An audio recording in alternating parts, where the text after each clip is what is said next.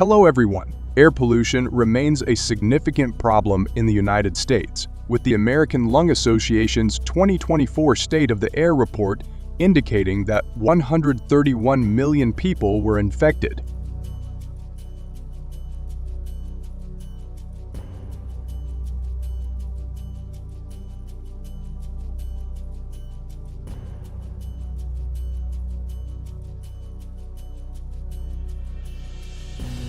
However, this problem is not only due to the environment, but also due to the encroachment and impact of wild boars in urban environments.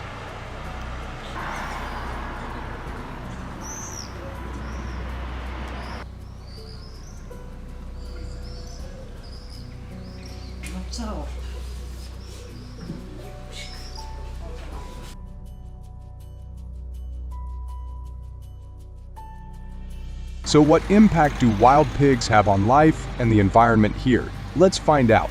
Don't forget to leave a comment with the number 1 to show your excitement.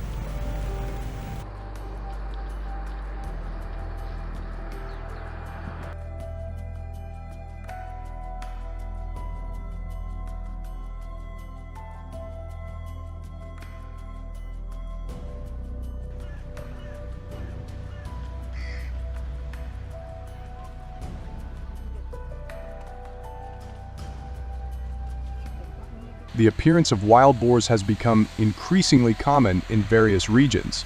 People often feel curious and intrigued when encountering these invasive animals, leading to close contact and even feeding them.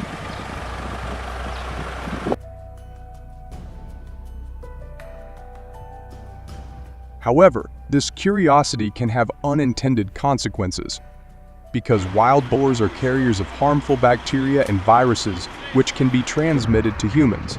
Did you know that wild boars can transmit diseases to people?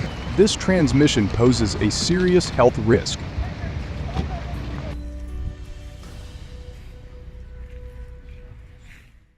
On July 18, 2024, in Texas, a man suddenly fainted on a train, causing confusion among passengers.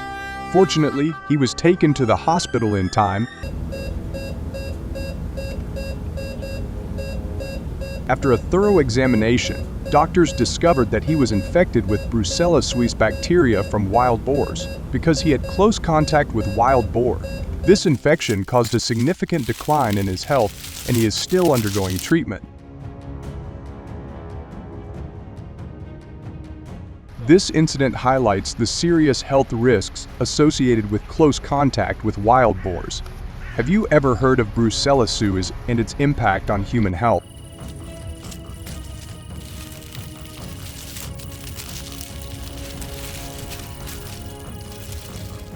In addition to health risks, wild boars are also a significant cause of environmental pollution. In cities, these animals often search for food in common areas such as parks, residential neighborhoods, and trash cans.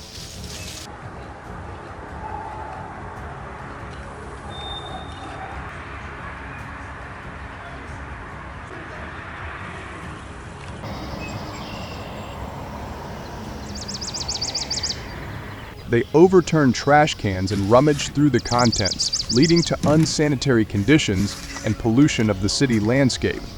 Have you ever witnessed wild boars causing such disruptions in urban areas?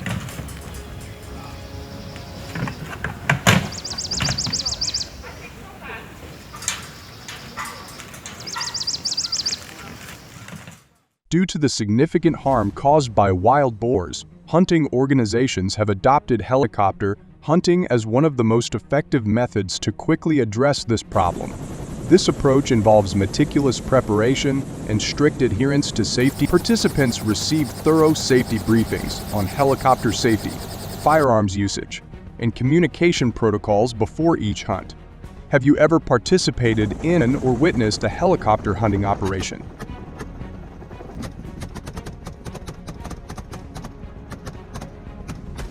Specialized helicopters, such as the Bell 206 or Robinson R-44, are typically used for these hunts. These helicopters are modified to provide better stability and visibility, enhancing the efficiency of the hunt. Hunters are equipped with semi-automatic rifles with large capacity magazines, and silencers are often used to reduce noise and improve accuracy.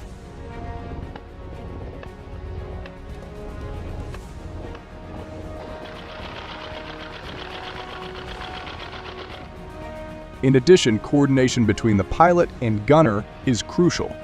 The pilot maneuvers the helicopter at low altitudes over wild boar habitats, allowing the gunner, secured with a safety belt, to aim accurately at the wild boars. Continuous communication between the pilot and gunner ensures the best shooting angles while maintaining safety and stability.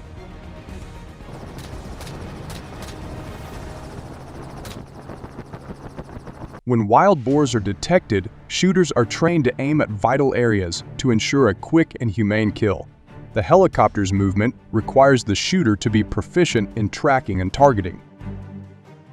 Go ahead and take him. Okay, anyone you want, pick him. Smoke's next. To ensure the elimination of all visible wild boars, the helicopter may make multiple passes over an area. This method is notably time-efficient, covering large areas quickly, especially in rough or densely wooded terrain where wild boars typically.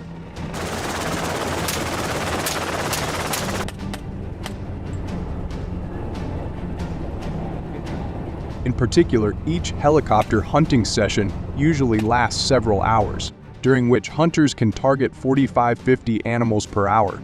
By the end of a flight, hunters may harvest over 100 wild boars, contributing to a noticeable improvement in the American living environment and ecosystem.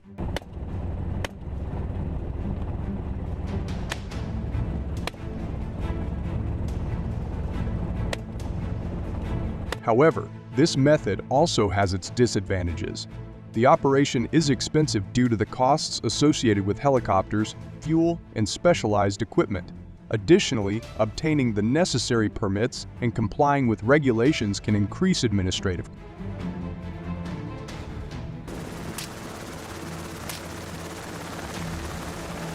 Furthermore, some people view helicopter hunting as inhumane and controversial, finding the sight of helicopters chasing and shooting animals distressing.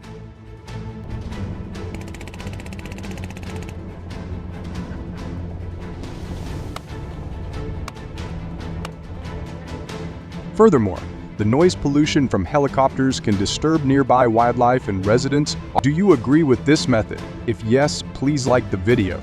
If no, leave the number 0 in the comment section to share your opinion.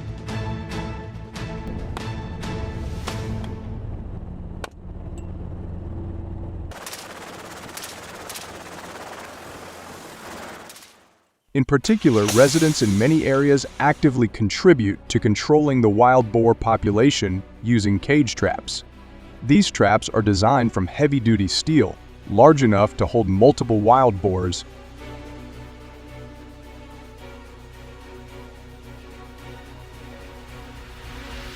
The door mechanism activates when an animal enters, ensuring effective capture. There are various designs, including single animal traps and larger barn traps capable of capturing an entire herd at once.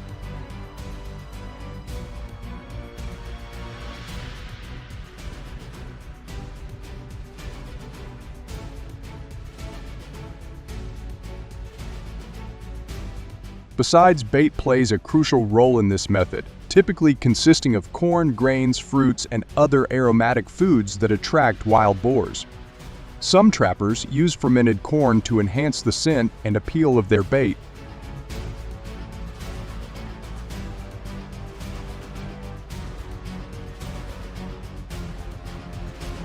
To attract wild boars into the trap, bait is strategically placed inside, with some spread around the entrance. Have you ever wondered what type of bait might work best in your area?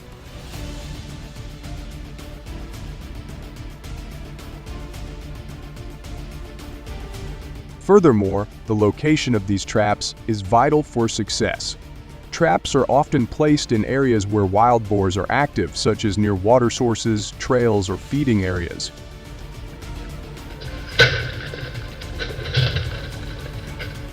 Using trail cameras to monitor wild boar activity can help determine the best location. Wild boars prefer dense hiding places near food and water sources, so setting traps in these environments increases the likelihood of success. What methods do you think are most effective for monitoring wild boar activity?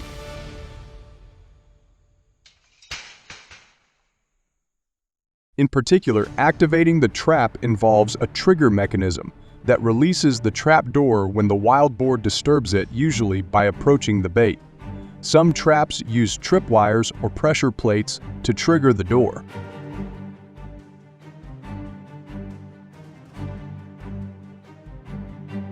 Regular trap checks are crucial to ensure the health of captured animals and to reset traps if necessary.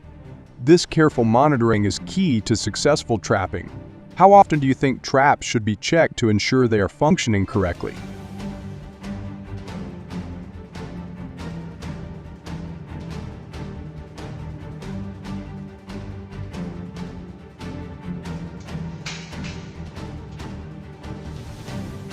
Along with that, handling captured wild boars requires caution and proper safety measures. Trappers should approach the trap cautiously to avoid agitating the wild boars, which can be aggressive and dangerous. Some use restraining stakes or other devices to immobilize the boars before transport.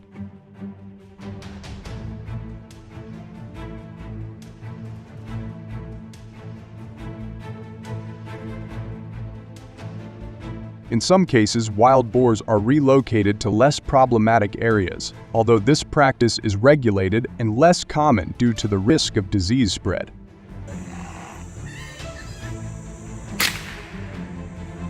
Typically, captured wild boars are humanely euthanized to prevent further damage and disease transmission, in accordance with local wildlife management regulations.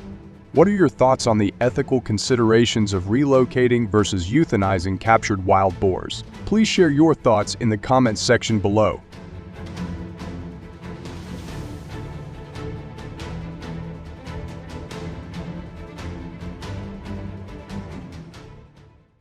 Coyotes, once primarily residents of the American West, with their numbers currently estimated at around 3 million, these resourceful predators have found a way to thrive in diverse environments ranging from rural farmlands to suburban neighborhoods.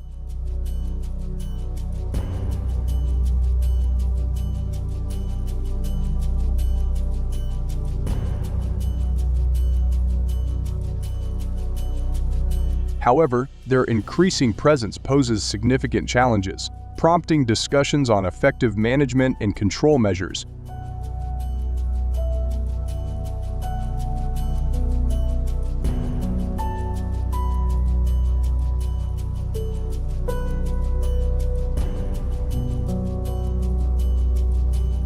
How do these adaptable creatures impact our daily lives, and what strategies can we employ to coexist with them while minimizing their adverse effects?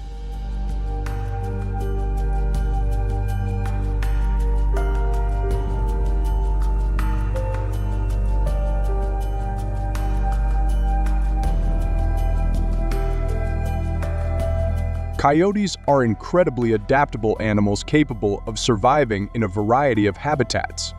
This adaptability has allowed them to spread across the entire continental United States, with the notable exception of Hawaii.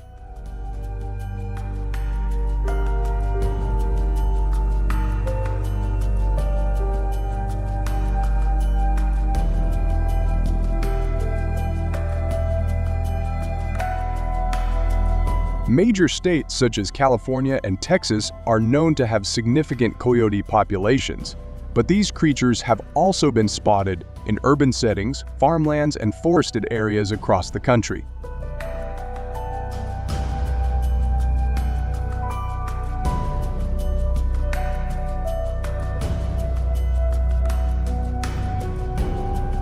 Have you noticed coyotes in your area? And if so, how has their presence affected your local ecosystem?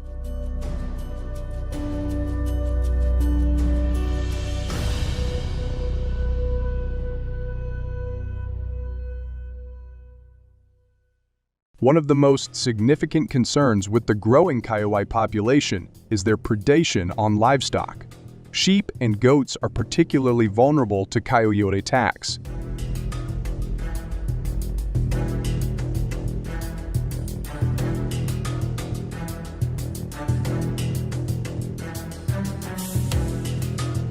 The economic losses from such predation are estimated to be around $50 annually. This figure underscores the severity of the issue for farmers and ranchers who depend on livestock for their livelihood.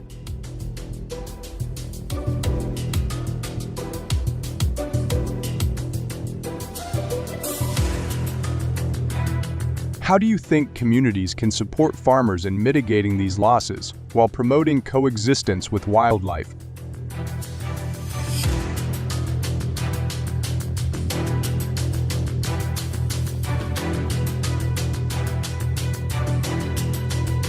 Firearms have long been a primary tool for controlling coyote populations in the United States.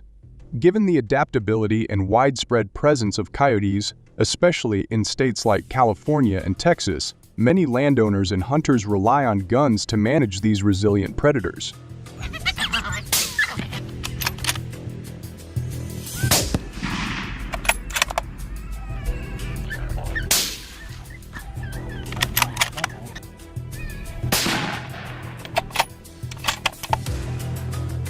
But what are the advantages and disadvantages of using firearms for coyote control? And how can we balance this method with other management strategies?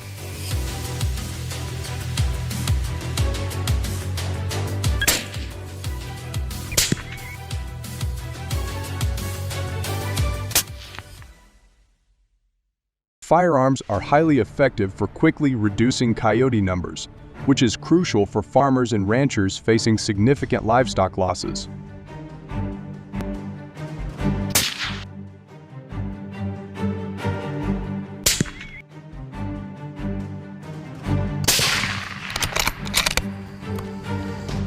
The availability of various types of firearms, from rifles to shotguns, allows hunters to choose the most suitable weapon for their specific situation. Long-range rifles are ideal for open fields, while shotguns are more effective in closer, brush-filled environments.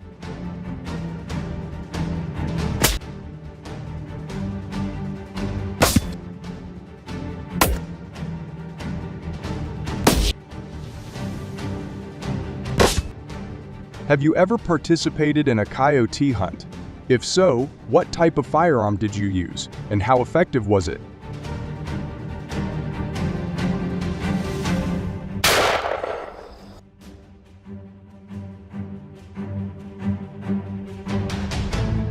One of the most significant advantages of using firearms is the immediate impact they have on reducing coyote populations. When coyotes are causing damage to crops or preying on livestock, swift action is necessary.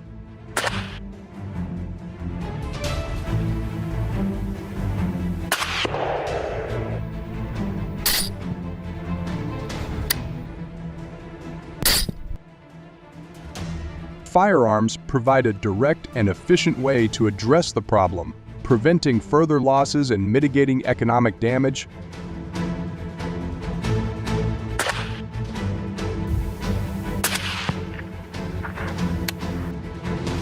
Additionally, the flexibility of firearms makes them suitable for use in diverse terrains and conditions. Whether in the dense forest of the Midwest or the open plains of Texas, hunters can adapt their choice of firearm to the environment, ensuring effective coyote management.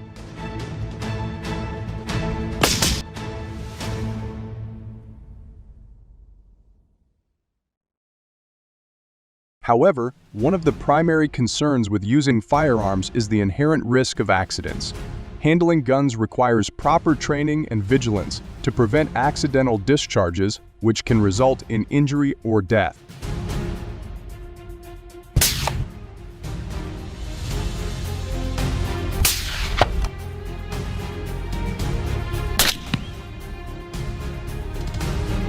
In populated areas, the risk of stray bullets can pose a significant danger to humans, pets, and other wildlife.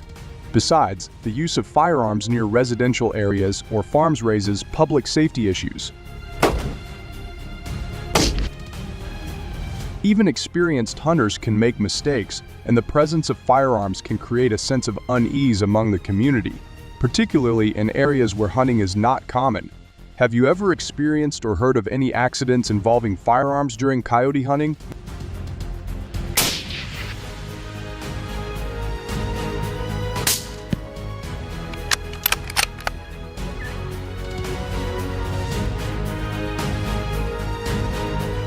Hunting regulations vary widely from state to state, with specific rules governing when, where, and how coyotes can be hunted.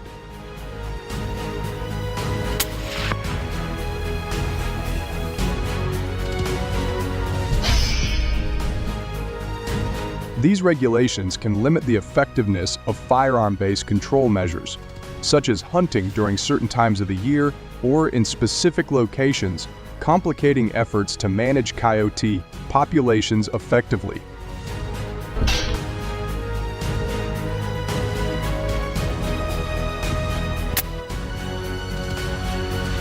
So staying informed and compliant with local hunting laws can be challenging, especially for individuals who are not regular hunters. Misunderstanding or ignoring these regulations can lead to legal consequences, including fines and hunting licenses.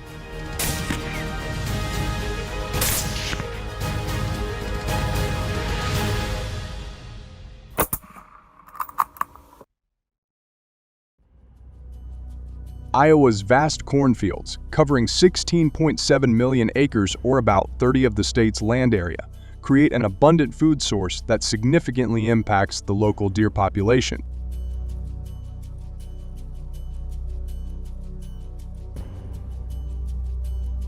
This rich food supply, coupled with Iowa's temperate climate, provides an ideal environment for deer to thrive.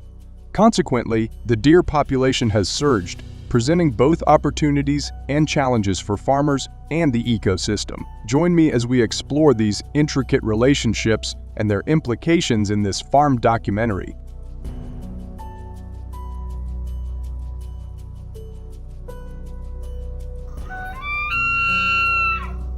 Iowa's deer population, estimated at 350,000, has doubled in recent years, driven by favorable environmental conditions like abundant cornfields and a temperate climate.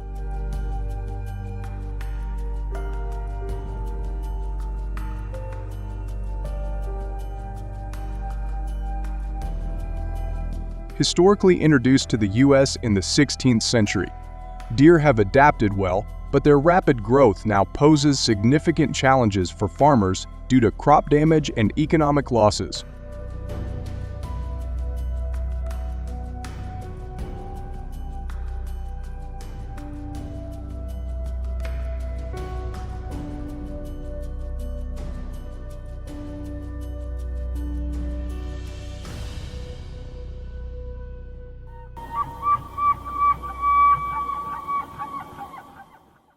As herbivores, deer pose a persistent threat to these crops by eating corn plants, trampling seedlings, and dispersing feces and urine, which can lead to reduced crop yields and pollution of land.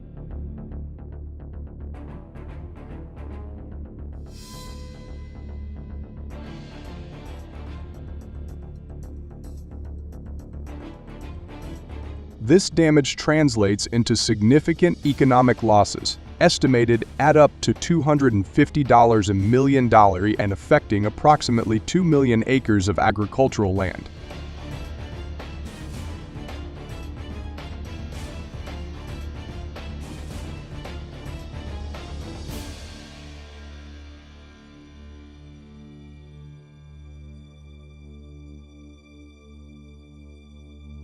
The above challenge highlights the need for effective management strategies to protect agricultural productivity and sustainability.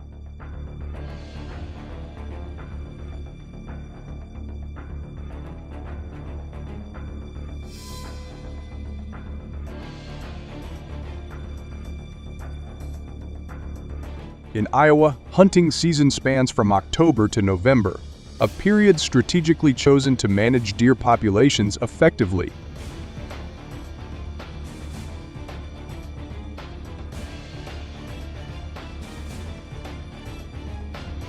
To participate, hunters must obtain a hunting license, which costs $25 for residents and $50 for non-residents, with each license being valid for 1 year.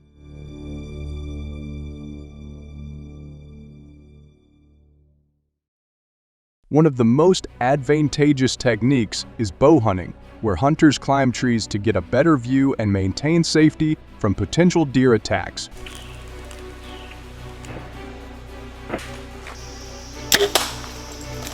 By using bows from reputable brands such as Hoyt, Matthews, and Bear, hunters can shoot accurately from elevated positions, reducing the risk of being spotted by deer.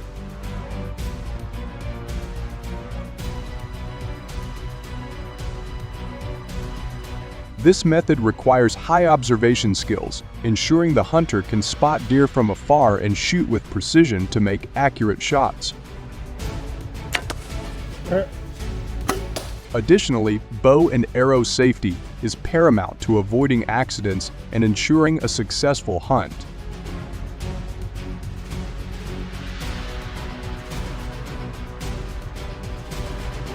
By mastering these techniques, hunters can effectively control deer populations, thereby protecting crops and minimizing agricultural loss.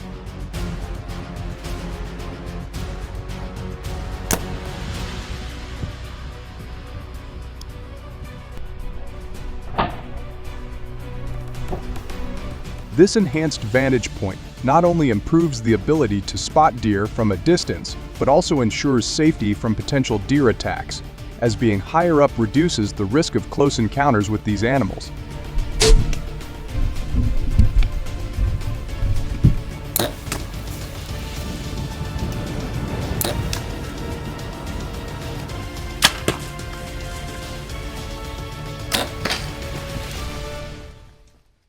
Additionally, the strategic advantage offered by such heights facilitates more accurate shooting, ensuring that arrows or bullets reach their target precisely, thereby reducing unnecessary suffering and ensuring humane practices.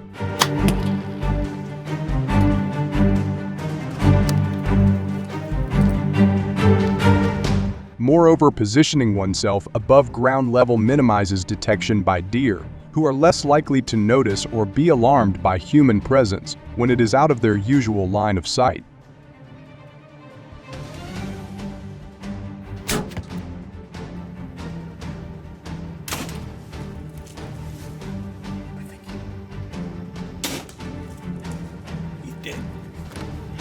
If you agree with this method of deer population management, please comment with the number 1.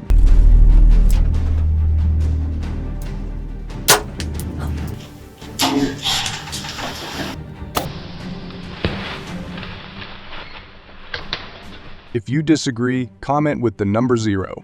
Thank you for your input.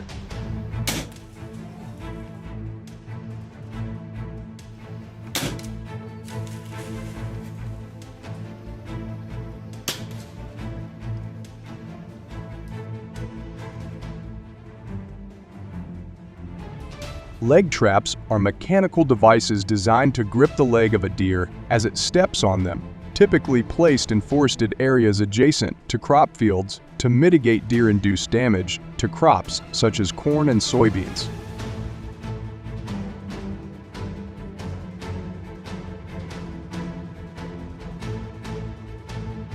However, this method is not without significant controversy and criticism.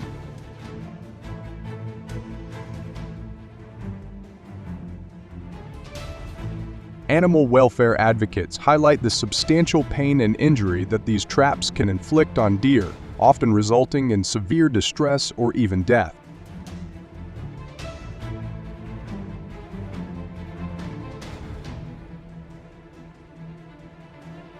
The Iowa Department of Natural Resources and G has acknowledged the limited effectiveness of leg traps in controlling the deer population and is considering a potential ban on their use. Hope you enjoyed this insight into Iowa's deer population and its impact on agriculture. If you liked this farm documentary, comment, like, and subscribe for more. Your feedback is invaluable, so share your thoughts below. Sharing this video with friends helps us reach more people. Thanks for your support. See you in the next video.